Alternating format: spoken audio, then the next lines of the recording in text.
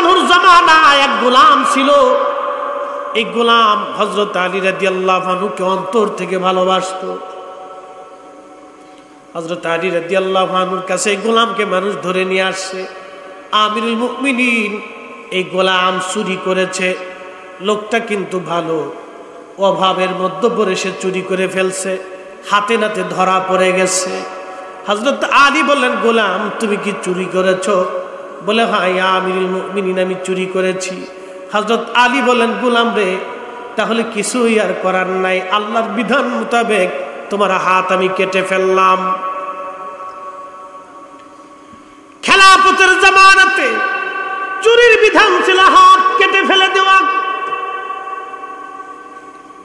যদি এই বিধান বাংলাদেশে চালু থাকতো, আমার দেশের একটা লোক ঘুষ খাইতো না, আমার দেশের একটা লোক চুরি করতো না। কথা কোন ঠিক কিনা?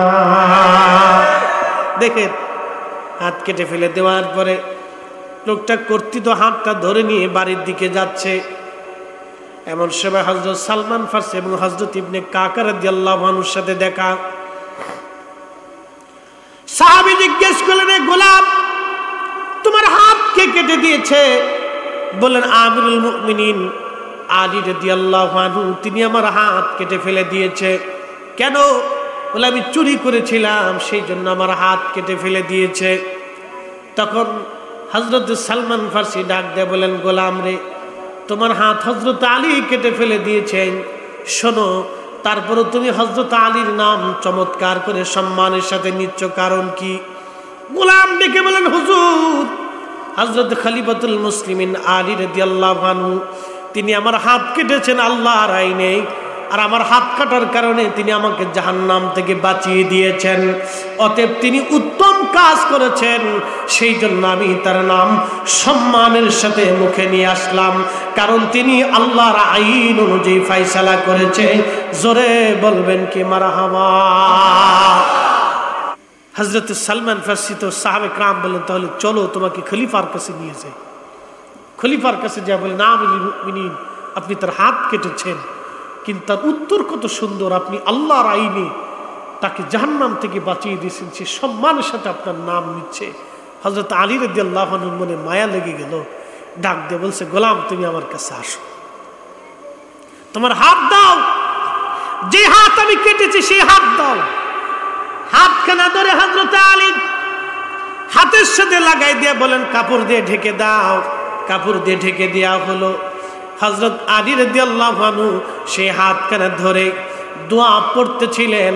দোয়া পড়তে পড়তে অদৃশ্য থেকে আওয়াজ আসলো, তোমার হাতের রুমাল সরাও।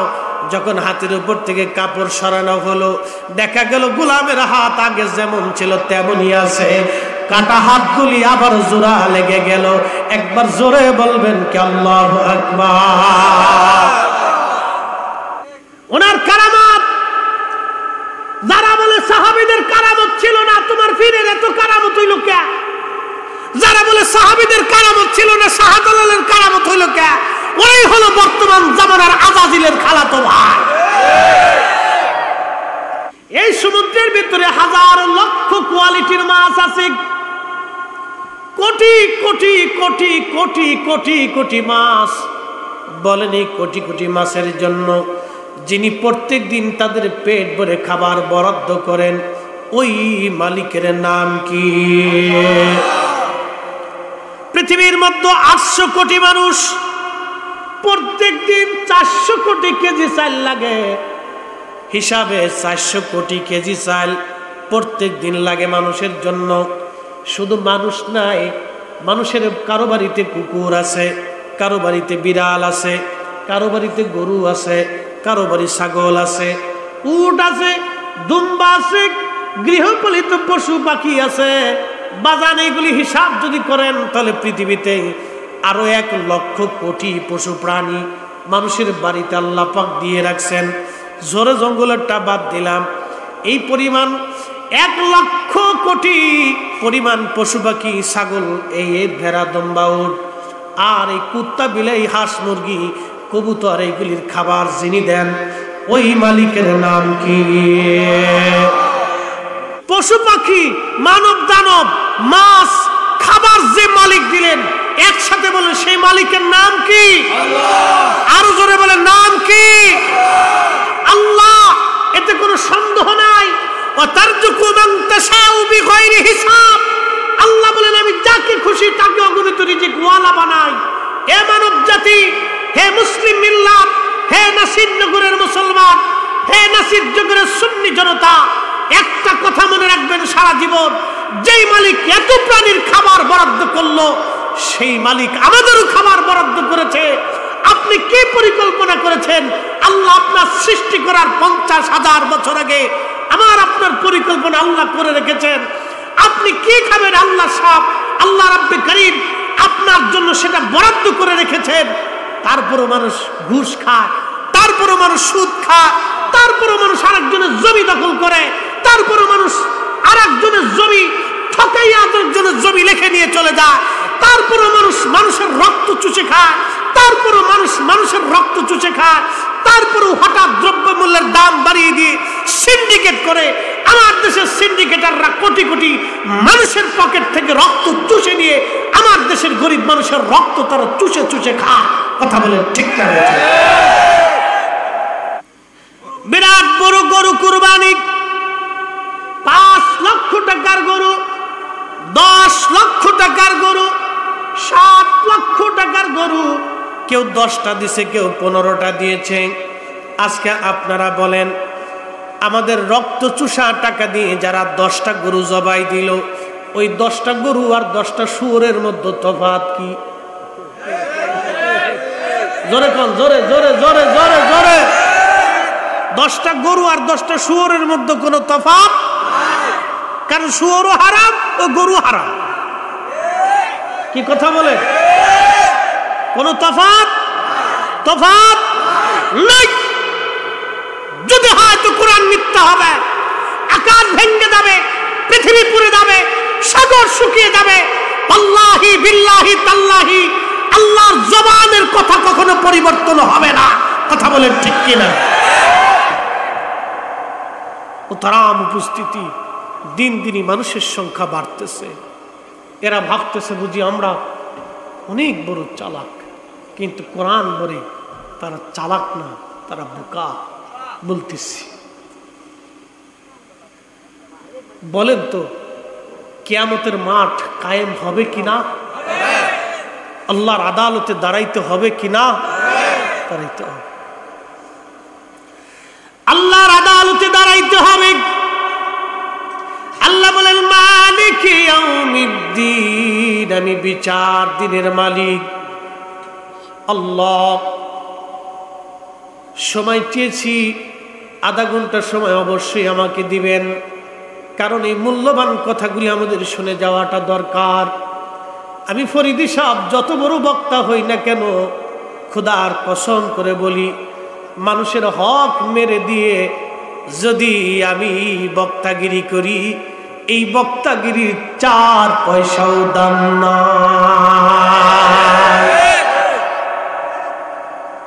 4 পয়সাও দাম নেই। আমি সেই বাপের সন্তান, আমার বাবা মৃত্যুর 3 দিন আগে সমস্ত মানুষের হক মিটিয়েছিলেন, দিনা পরিশোধ করে সবার কাছ থেকে ক্ষমা চেয়ে এসে 3 দিন পরে মারা গিয়েছিলেন। আমি সেই বাপের সন্তান। আজ পর্যন্ত আমার এলাকায় কেউ বলতে পারে নাই যে আমি মোল্লাজির কাছে কিছু টাকা পাই। মোহতারাম উপস্থিতি, খুবই মনোযোগ দিয়ে কথাগুলি শুনবেন। এগুলি আমাদের দেশে দিন দিন বাড়তেছে। বলবেন ফরিদি হুজুর এই ওয়াজ আজকে হঠাৎ কেন ধরলেন?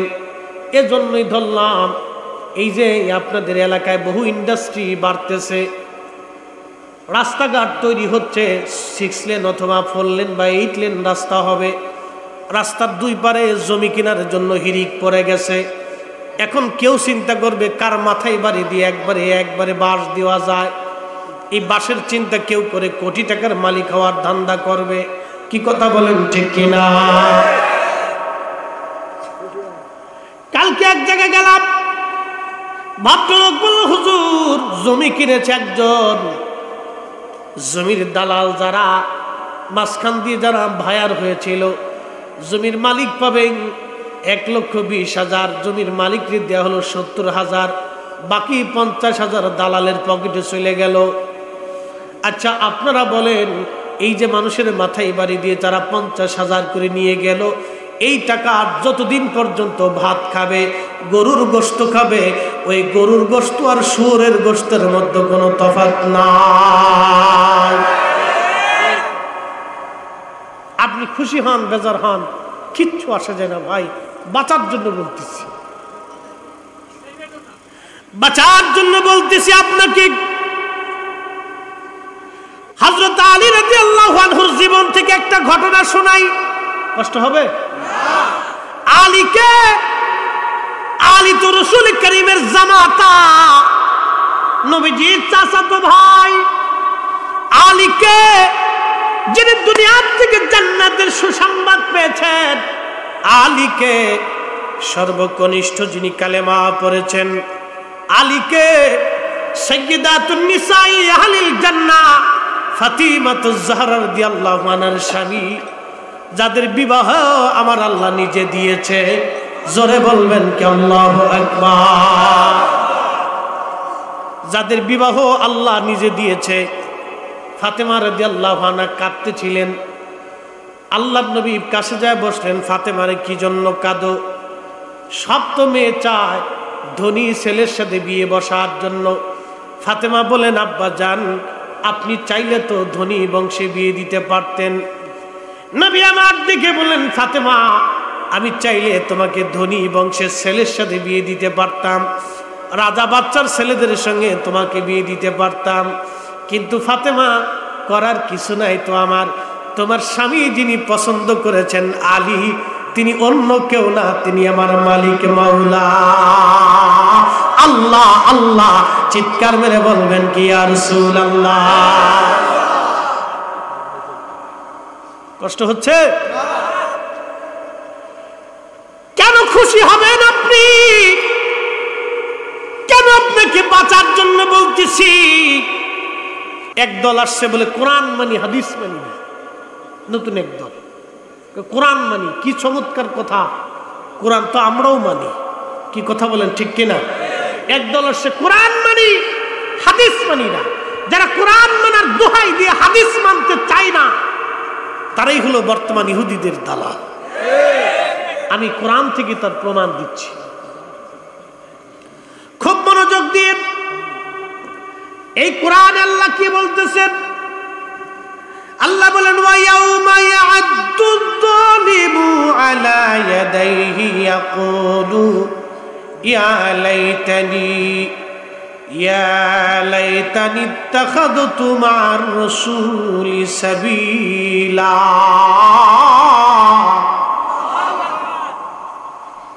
আল্লাহ কোরআনে বললেন, কিয়ামতের মাঠে কিছু মানুষ হাত কামড়ায় কামড়ায় টেনে টেনে টেনে টেনে তারা গোশত ছিঁড়ে ফেলবে।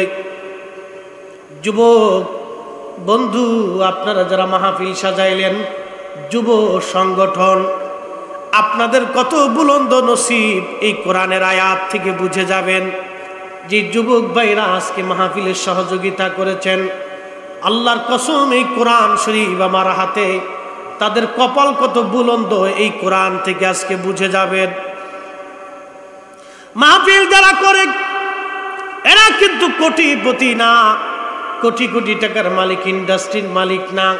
কেউ বিদেশে থাকে, অনেক কষ্টের টাকা ওরা দেশে পাঠায়। আবার কেউ দেশে ব্যবসা বাণিজ্য করে এবং কাজ বাজ করে, সিএনজি চালায়, অটো রিক্সা চালায়, মাঠে কাজ করে, ক্ষেত খামারে কাজ করে, বিভিন্ন ইন্ডাস্ট্রিতে কাজ করার পরে কষ্টার্জিত সম্পদ টাকা দিয়ে দিয়ে দিয়ে দিয়ে তিল তিল করে ওরা মাহফিল সাজায়। কথা বলেন ঠিক কিনা? মানুষের দ্বারে দ্বারে যে ওরা মাহফিল সাজায়, তাদের জীবন কত বুলন্দ কোরআন থেকে বুঝবেন। আল্লাহ বললেন, ওয়া ইয়াউমা ইয়া'আদ্দুয যালিমু, কিয়ামতের ময়দানে যারা জালিম, যারা গুনাহের কাজ নাফরমান হয়ে গেছে, দুনিয়ার মধ্যে জুলুম করেছে, নিজের নফসের সাথে মিথ্যা বলেছে, জেনা করেছে, মানুষের হক নষ্ট করেছে, আল্লাহর হুকুম হাকাম ডাইভার্ট করে দিয়ে শয়তানের পদাঙ্ক যারা অনুসরণ করেছে, আল্লাহ বললেন কিয়ামতের মাঠে এই মানুষগুলি আলা ইয়াদাইহি নিজের হাতগুলি সে কামড়াইতে থাকবে, গোশতগুলি টেনে টেনে ছিঁড়ে ফেলতে থাকবে। ইয়াকুলু ইয়া লাইতানি তাখাস্তু মা'আর রাসূলি সাবিলা, সে বলতে থাকবে আর বলতে থাকবে আর আফসোস করতে থাকবে, হায় আফসোস, হায় আমার জীবন, আমি দুনিয়ার মধ্যে যদি রসুল মেনে আসতাম, নবী মানতাম, নবীর আইন মানতাম, নবীর ইত্তেবা করতাম, নবীর গোলামি করতাম, নবীর দেওয়া পথে যদি চলতাম, তাহলে আজকে আমার এই করুণ পরিণতি আজ হতো না। নবীর গোলামি যদি করতাম, তার মানে সর্বপ্রথম ধরা যারা খাবে আহলে কোরআন নাম দিয়ে যারা আমার নবীর হাদিসকে যারা অস্বীকার করে, এই আয়াত অনুযায়ী কিয়ামতের ময়দানে ওরা সর্বপ্রথম ধরা খাবে, ওরাই হলো বর্তমান জালেম। কথা বলেন ঠিক কিনা? এরপরে আর এক দল আছে বুকে হাত বেঁধে নামাজ পড়ে, আল্লাহ ক্ষমা করে দিন। এরা বলে জানেন কি? এরা বলে মুহাম্মদুর রাসূলুল্লাহ আমাদের মতো মানুষ ছিল বিদায় নবীর ভুল হইতো। আসতে বললেন কেন? জোরে বলেন। তার মানে যারা রসুলের ভুল ধরে, আল্লাহ কোরআনে বলতেছেন কিয়ামতের ময়দানে মানুষগুলি আফসোস করবে, আমি নবীর দেওয়া দেখানোর পথ অনুযায়ী যদি চলতাম, তাহলে আমার জীবন আজকে এরকম করুণ পরিণতি হতো না, আমি আজকে জাহান্নামী হতাম না, এই কঠিন আযাবের সম্মুখীন আজ হতাম না। হাতগুলি কামড়াই কামড়াই টেনে টেনে ছিঁড়ে ফেলবে।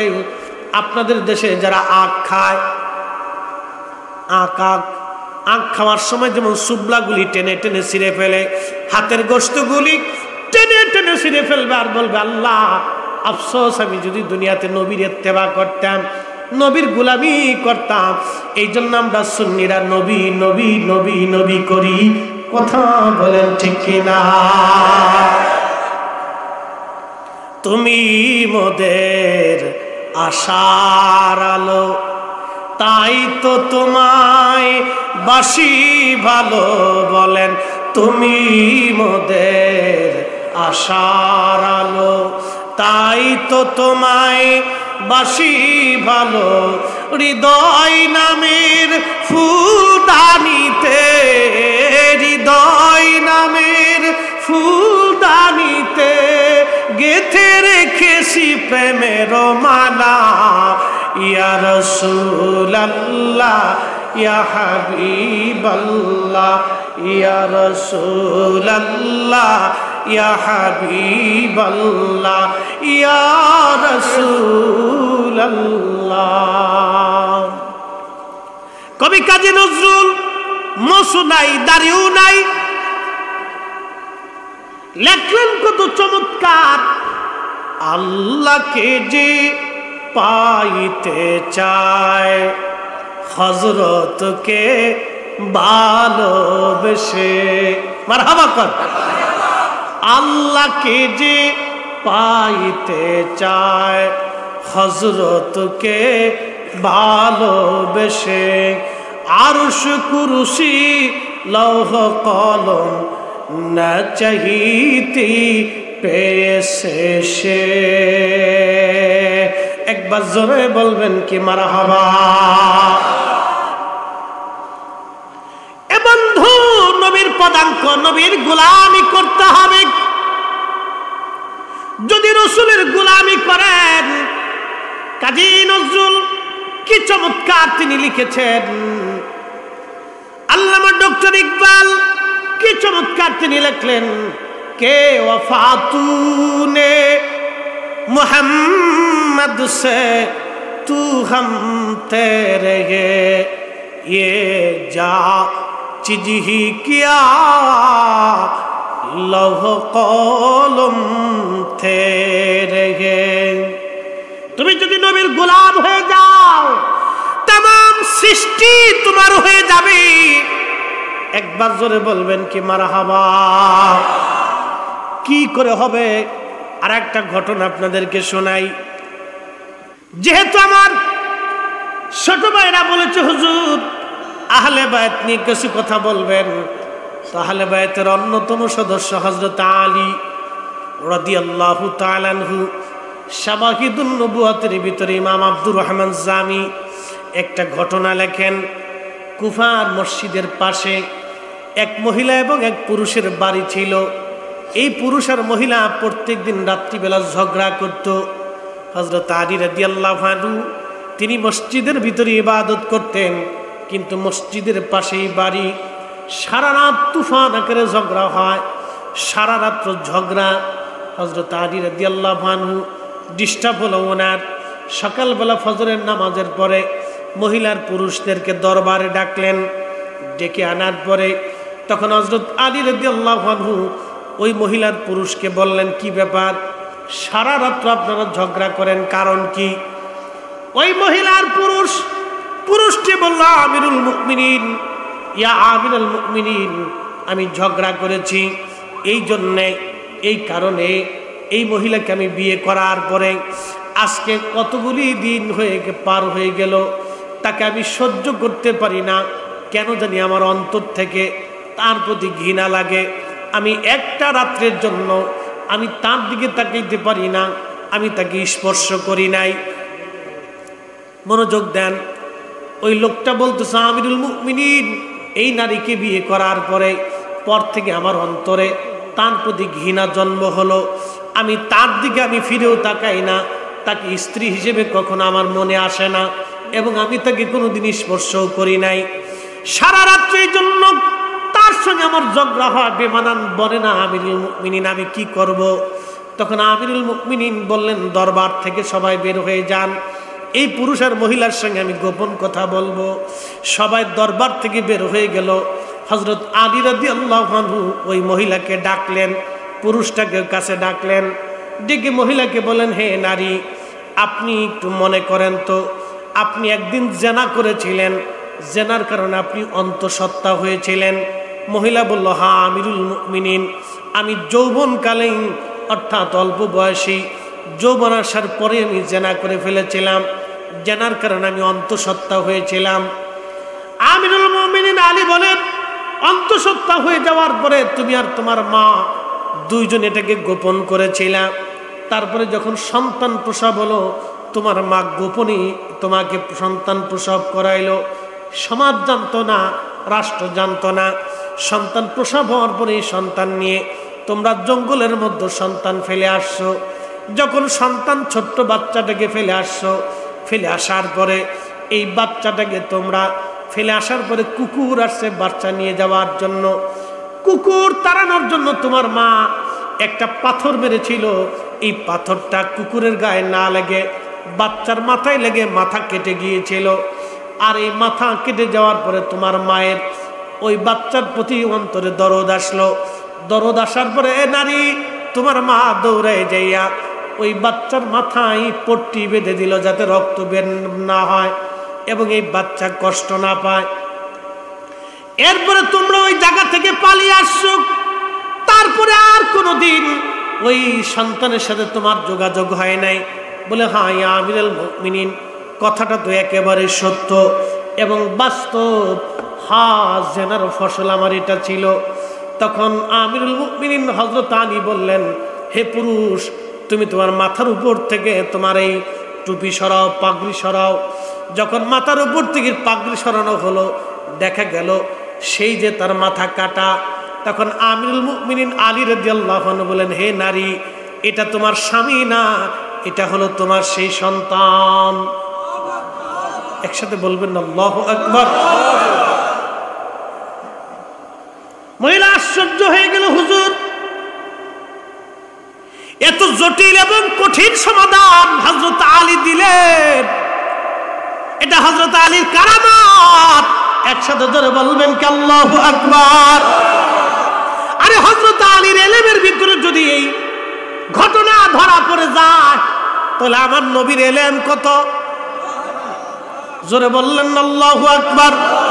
নবী বলছেন, আনা মাদিনাতুল ইলম, আমি ইলমের শহর, আলী বাবুহা, আমার আলী হলো তার দরওয়াজা। সুবহানাল্লাহ, কি বাড়ি যাইয়া। এখন প্রশ্ন রাখবেন, এই মহিলার সাথে এই ছেলের বিয়ে কেমনে হলো? ছেলে তার বাচ্চা, মহিলা তো বয়স্ক।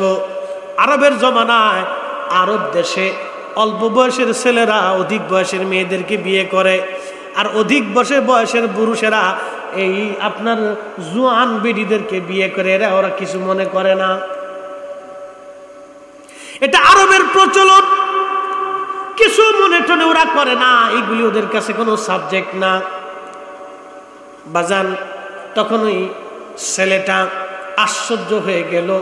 মহিলা বলল, হ্যাঁ আমিরুল মুমিনিন, এটা আমার জেনার ফসল।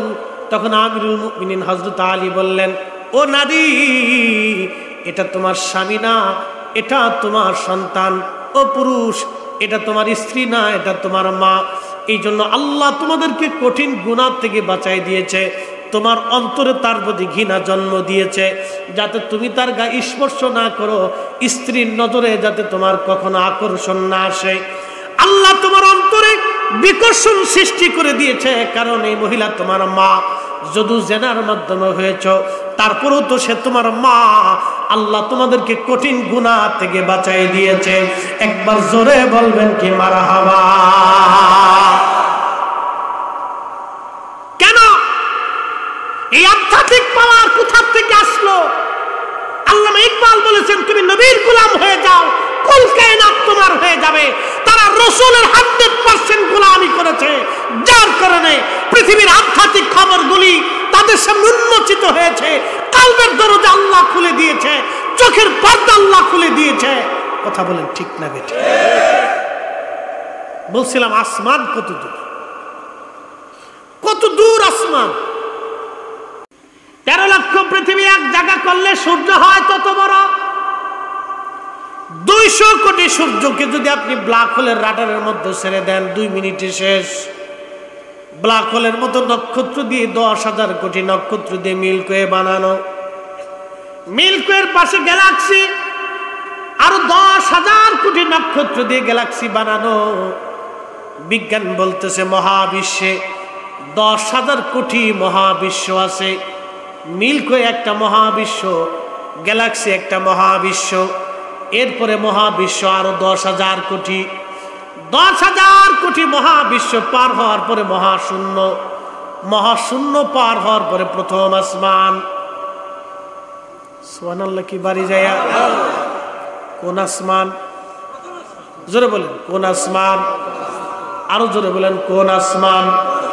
এরপরে দ্বিতীয়, তৃতীয়, চতুর্থ, পঞ্চম, ষষ্ঠ, সপ্তম, তারপরে জান্নাত জাহান্নাম, তারপরে জান্নাত জাহান্নাম। নবী সাহাবী হারিস নবীজির সামনে দিয়ে যায়, আল্লাহর নবী ডাক দেয়া বলেন, হারিস তোমার সকালবেলা কেমন কাটে?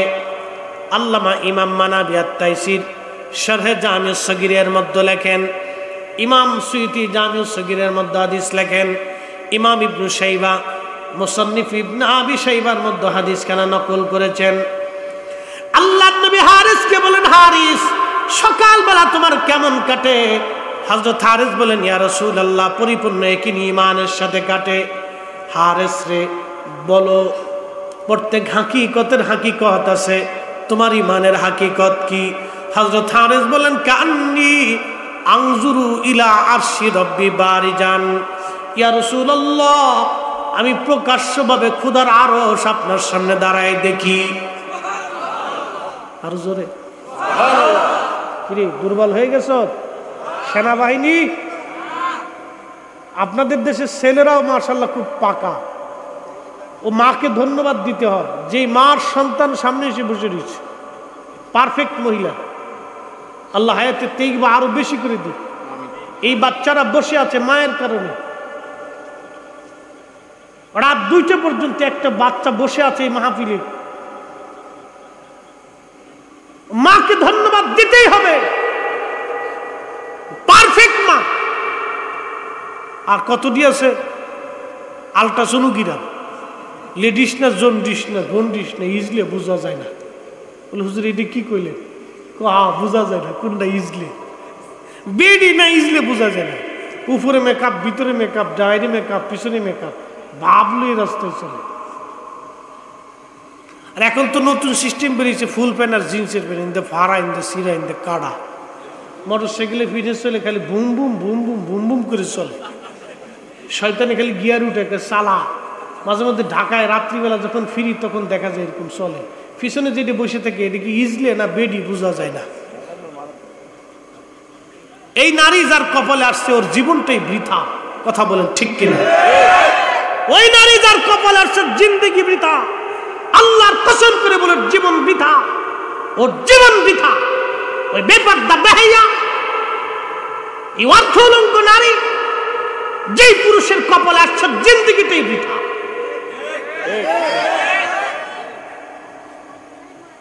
রাসূলের কথা মিথ্যা হবে, আল্লাহর কালাম মিথ্যা হয়ে যাবে। আল্লাহ রাসূল বলছেন তোমরা পর্দানশীল নামাজি লজ্জাবতী নারী দেখে বিয়ে করো, কালা হোক শ্যামলা হোক পছন্দ করে বিয়ে করো। খালি সাদা চামড়া দিকেন না, যেটা বেপর্দা সাদা চামড়া ওটা সুলা কলার মতো মাসি খালি বন বন বন বন করে। সাদা বিয়ে করে কি হবে? ও তো বহুত মাসি আগে পড়ে গেছে। এ যুবক, কাকে তুমি অনুসরণ করবে? কোরআন তোমাকে শিখিয়ে দিচ্ছে, ভালো করে আর শিখে যাও। সেই দিন মানুষের আফসোস করবে আর বলবে ইয়া ওয়াইলাতা লাইতানি লাম আত্তাখিদ ফুলানান খলিলা।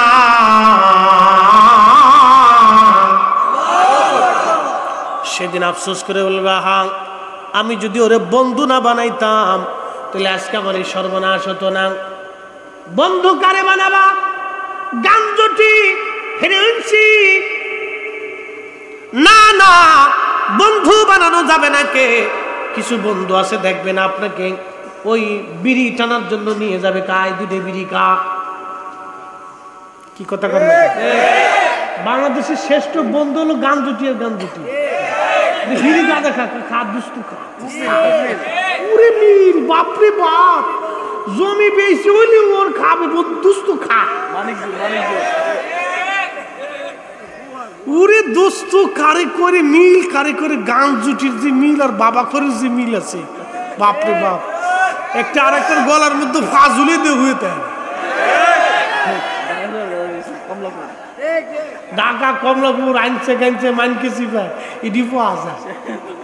ওরে দোস্ত মিল কারে কর, বাপরে বাপ। একবারে মিল মারাত্মক মিল, কুত্তা কুত্তির মতো মিল। আল্লাহ কোরআনে বললেন সেই দিন তারা আফসোস করবে আর বলবে আহা, আমি যদি তার বন্ধু না বানাইতাম, এই দুষ্টটাকে যদি বন্ধু না বানাইতাম, ও আমার বেনামাজি বানাইছে, ও আমার চোর বানাইছে, ও আমার হারামখোর বানাইছে, ও আমার গাঞ্জটি বানাইছে, ও আমার বাবাখোর বানাইছে, ও আমার হিরোইনসি বানাইছে, ও আমার মদ খাওয়া শিখাইছে, ও আমার সুদখোর বানাইছে, ও আমার ঘুষখোর বানাইছে। আজকে যদি ওরে বন্ধু না বানাইতাম তাহলে আজকে আমার এই কপাল পুড়ে যাইতো না।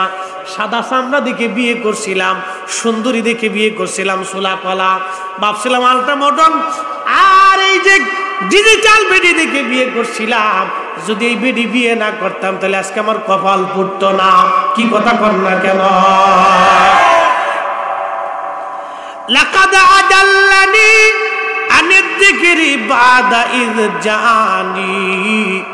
আফসোস করে বলবে হা, আমার কাছে সত্য এসেছিল, কোরআনের কথা বলা হয়েছিল, আল্লাহর নবীর হাদিসের কথা বলা হয়েছিল, আল্লাহর প্রিয় ওলিরা এসে আমাদেরকে নসিহত করেছিল, আমরা সেই দিন তাদেরকে মানি নাই।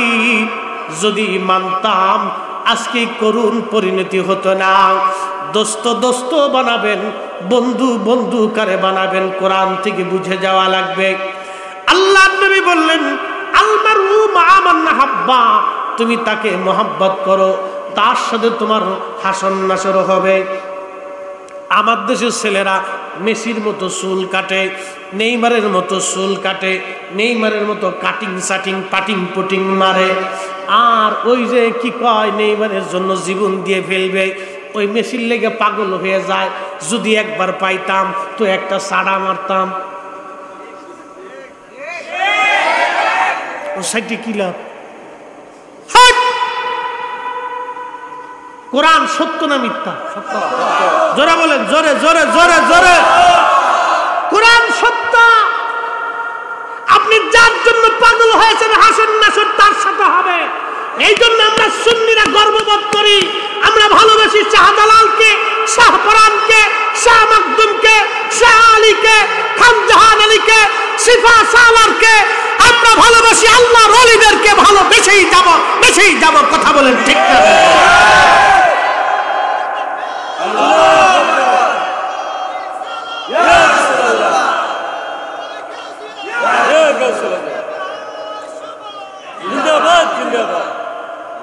ওরা আমরা বেদাতি বেদাতি মাজার গুজারি। হ্যাঁ সাথে মাজার গুজারি করলে তাতে কি আছে? কি কথা বলেন ঠিক কিনা? ওর ফতোয়ায় কি আছে? তা বন্ধু বানাইতে হবে তাকে, যারে বন্ধু বানাইলে লাভ হবে। আমরা আল্লাহর ওলিদেরকে বন্ধু বানাইছি, এই জন্য সহ্য করতে না পাইরা আল্লাহর ওলি শাহজালাল রহমতুল্লাহ আলাই, সিফা সালার রহমতুল্লাহ আলাইহির জিয়ারতে যাইয়া পাশে বসে থাকি। কারণ ভালো লাগে। কি লাগে? কি লাগে? কেন ভালো লাগে? ভালোবাসি তাই, সেই জন্য ভালো লাগে। যে যাহারে ভালোবাসে সে তো কবু ভুলে না। আল্লাহ তোমায় ভালোবাসে, রাসূল তোমায় ভালোবাসে, তুমি তারে ভুইলো না। যে যাহারে ভালোবাসে সে তো কবু ভুলে না। সালাতুন ইয়া রাসূলুল্লাহ, সালামুন ইয়া হাবিবাল্লাহ, আলাইকুম সালাতুন ইয়া রাসূলুল্লাহ, আলাইকুম সালামুন ইয়া হাবিবাল্লাহ। ওরা বারবার বলছে হুজুর বেলালের কথা বইলে, বেলালের জীবন থেকে বলে দিয়ে যাই।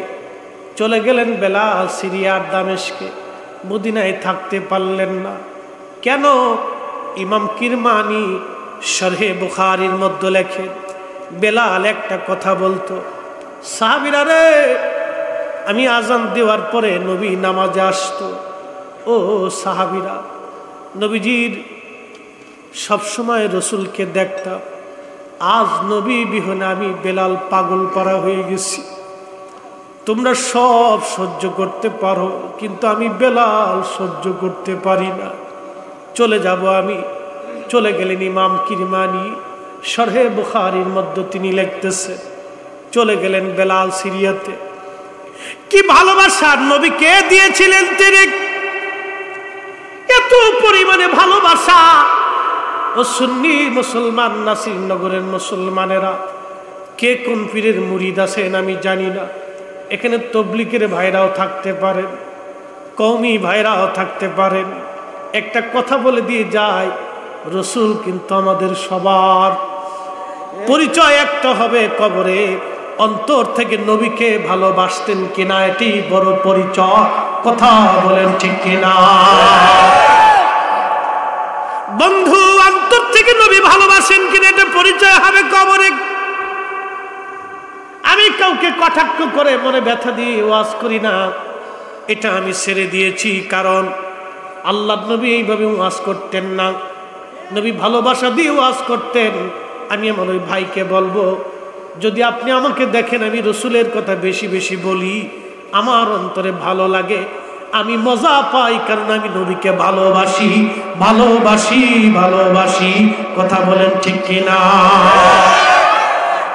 ভালোবেসে ঈদে মিলাদুন নবী, ভালোবাসার কারণে পকেটের পয়সা খরচ করে এরা মাহফিল সাজায়। ভালোবাসে বিদায় তবরক রান্না করে মানুষের খাওয়া, ভালোবাসে বিদায় মানুষ দাওয়াত করে এনে, উলামা ইকরাম দাওয়াত করে এনে নবীর সম্মানগুলি আপনারা ওরা আপনাদেরকে শোনায়।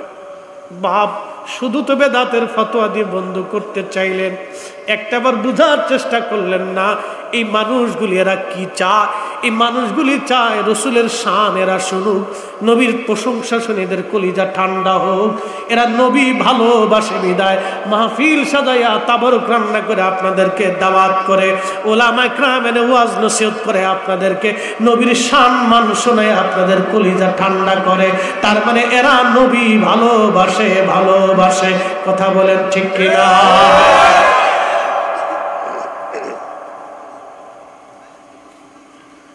বন্ধু মনোযোগ দিয়ে,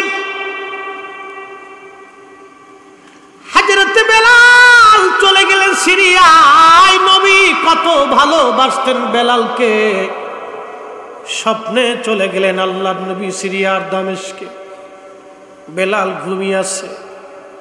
ঘুমন্ত বেলালকে নবী ডাক দিয়ে বলে, বেলাল রে, কেমন জুলুম তুমি শুরু করছো আমার সঙ্গে। কতদিন হলো তুমি আমার জিয়ারতে আসো না রে বেলাল। আয় আমি নবীর জিয়ারতে আই রে বেলাল। কেন জুলুম শুরু করছো রে বেলাল আমার সঙ্গে? কেন তুমি আমার জিয়ারতে আসো না? বেলাল আয় আয় আমি নবীর জিয়ারতে।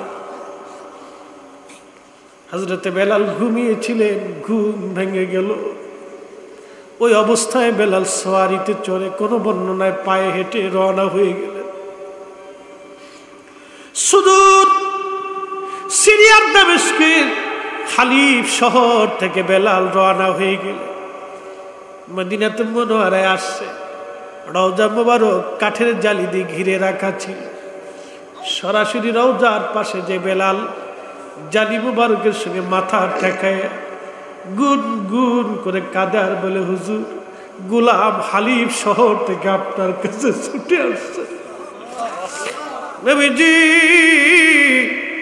আসতে বলেছিলেন, আমি বেলাল আসছি। ইয়া রাসূলুল্লাহ, আসতে বলেছিলেন, আমি আসছি।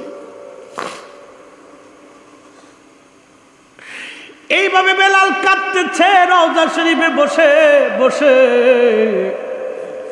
নতুন মুয়াজ্জিন আসছে আযান দেওয়ার জন্য। দেখে রসুলের মুয়াজ্জিন বসে বসে কাঁদে। সাহাবীরা রে আসো, নবীর মুয়াজ্জিন ফিরে আসছে। সব সাহাবী মসজিদে ভরে গেল। সাহাবীরা বলে, বেলাল রে আসো, নবীকে যে আজান শোনাইতা সে আজান একটা বারম্বারেও শোনাও। ইমাম কিরমানি শরহে বুখারীর মধ্যে লেখেন, নবীর ইন্তেকালের পরে বেলাল জীবনে আর কোনোদিন আজান দেন নাই। 2টা আজান দিয়েছিলেন মাত্র। ইন্তেকালের সময় থেকে বেলাল আর কোনোদিন আজান দেন নাই। একটা কথাই বলতেন, নবী নাই আমি কি কাকে আজান শোনাবো, নবী নাই আমি কারে আজান শোনাবো, নবী নাই আমি কাকে আজান শোনাবো। যুবকরে ভালোবাসলে নবীকে ভালোবাসো,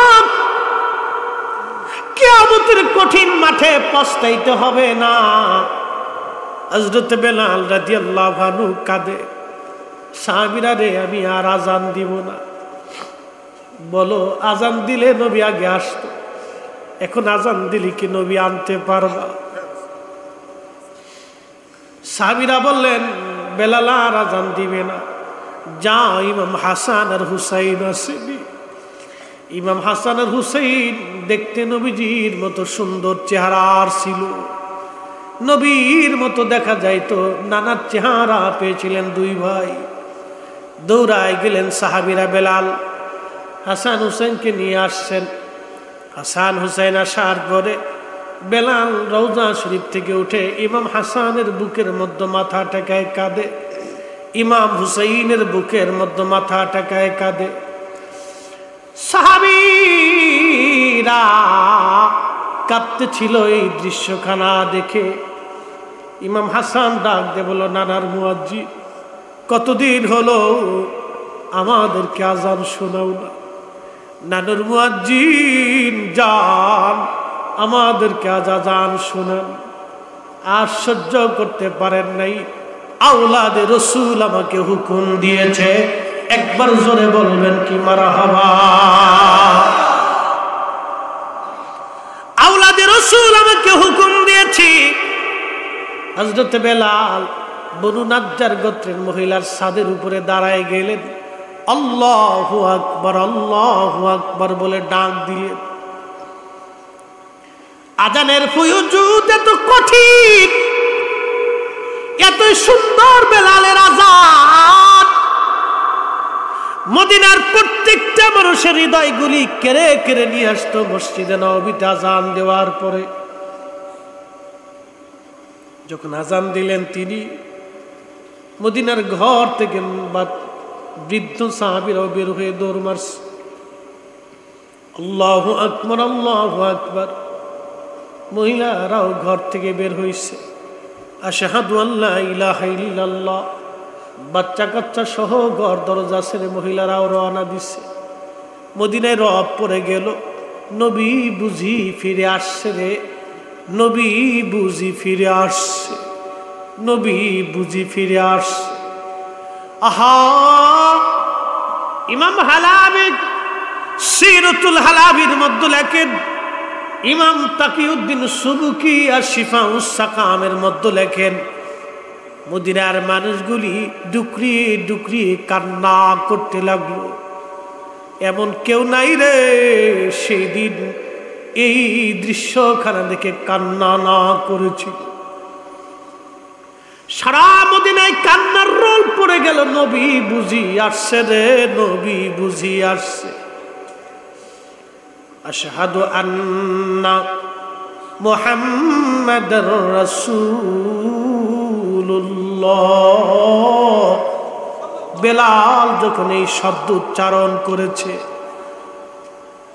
মদিনার মাটিগুলি থরথর থরথর করে কেঁপে উঠেছে, ভূমিকম্প শুরু হয়ে গেছে। একসাথে বলবেন কি আল্লাহু আকবার? না হয় না আরো জোরে বলেন না ইয়া রাসূলুল্লাহ। আরে আজানের ফয়জুদ কি মদিনার মাটি পর্যন্ত স্থির থাকতে পারে নাই, বেলালের আজানের এই ফয়জুদ ছিল। চিৎকার মেরে বলবেন কি মারহাবা। হে রাসূল তোমায় ভালোবাসি, অন্তরে শুধু মুখে না, জান্নাতের আশায় নয় হে রাসূল, জাহান্নাম কেউ ডরি না। তোমায় পাওয়ার আশায় মন ছুটে যায় মদিনা, এ আশিকে দিদার দাও না, আর দূরে থাকিও না। এ আশিকে দিদার দাও না, আর দূরে থাকিও না। হে রাসূল তোমায় ভালোবাসি, অন্তরে শুধু মুখে নয়, জান্নাতের আশা নয় হে রাসূল, জাহান্নাম কেউ ডরি না। আহা, হযরত বেলাল অজ্ঞান হয়ে পড়ে গেলেন, বেহুশ হয়ে গেলেন বেলাল। মদিনাতে আর বেশি সময় থাকতে পারেন নাই। হুঁশ ফিরে আসার পরে রওজা শরীফে কেঁদে কেঁদে বিদায় জানাইলেন। আহা, হৃদয়ের বিরাট বড় ব্যথা নিয়ে, বিরহ বেদনা নিয়ে, প্রেম বিরহ বেদনা নিয়ে হযরত বেলাল আবার সিরিয়াতে চলে গেলেন। ওই সিরিয়ার দামেশকে হালিবেই তিনি মারা গিয়েছিলেন। মুসলমানও এইভাবে তারা নবীকে ভালোবেসে গেছে। নবীজিও তাদের কেমন ভালোবাসায় দিয়েছে, স্বপ্নে ডাকতে গেছে, আসো আমার জিয়ারতে। এই জন্য ভালোবাসা দলিল দিয়ে হয় না, ভালোবাসা দলিল দিয়ে হয় না, নবীর ভালোবাসার জন্য দলিল লাগে না, বিনা দলিলেই চলবে। কথা বলেন ঠিক কিনা? অনেক ভাইরা বলে তোমরা কিয়াম করো কেন? বেদাত। দাঁড়ে সালাম দাও কেন? বেদাত। বাজান দাঁড়ে সালাম দিয়া তো এটা ভালোবাসার কাজ। কি কথা বলেন না কেন? ঠিক কিনা? এটা দলিল দিয়ে হয় না, ভালোবাসা দিয়ে হয়। দলিল দিয়ে সব কাজ হয় না। নবীর প্রেমের কাজ দলিল দিয়ে হয় না। যদি দলিল দিয়ে আপনি চাইতেন তাহলে হযরত হানজালা দোষী হয়ে যাবে। বিনা গোসলেই উহুদে চলে গেলেন তিনি। আল্লাহ আইব ধরে নাই, দোষ ধরে নাই। আল্লাহ ওই কাজটিকে গুণে পরিণত করে আমার আল্লাহ জান্নাতের পানি, হাউজে কাউসারের পানি দিয়ে হানজালারে গোসল করে আল্লাহ দুনিয়াতে পাঠিয়েছিলেন। নবীর প্রেমে দলিল লাগে না, বিনা দলিলেই চলবে।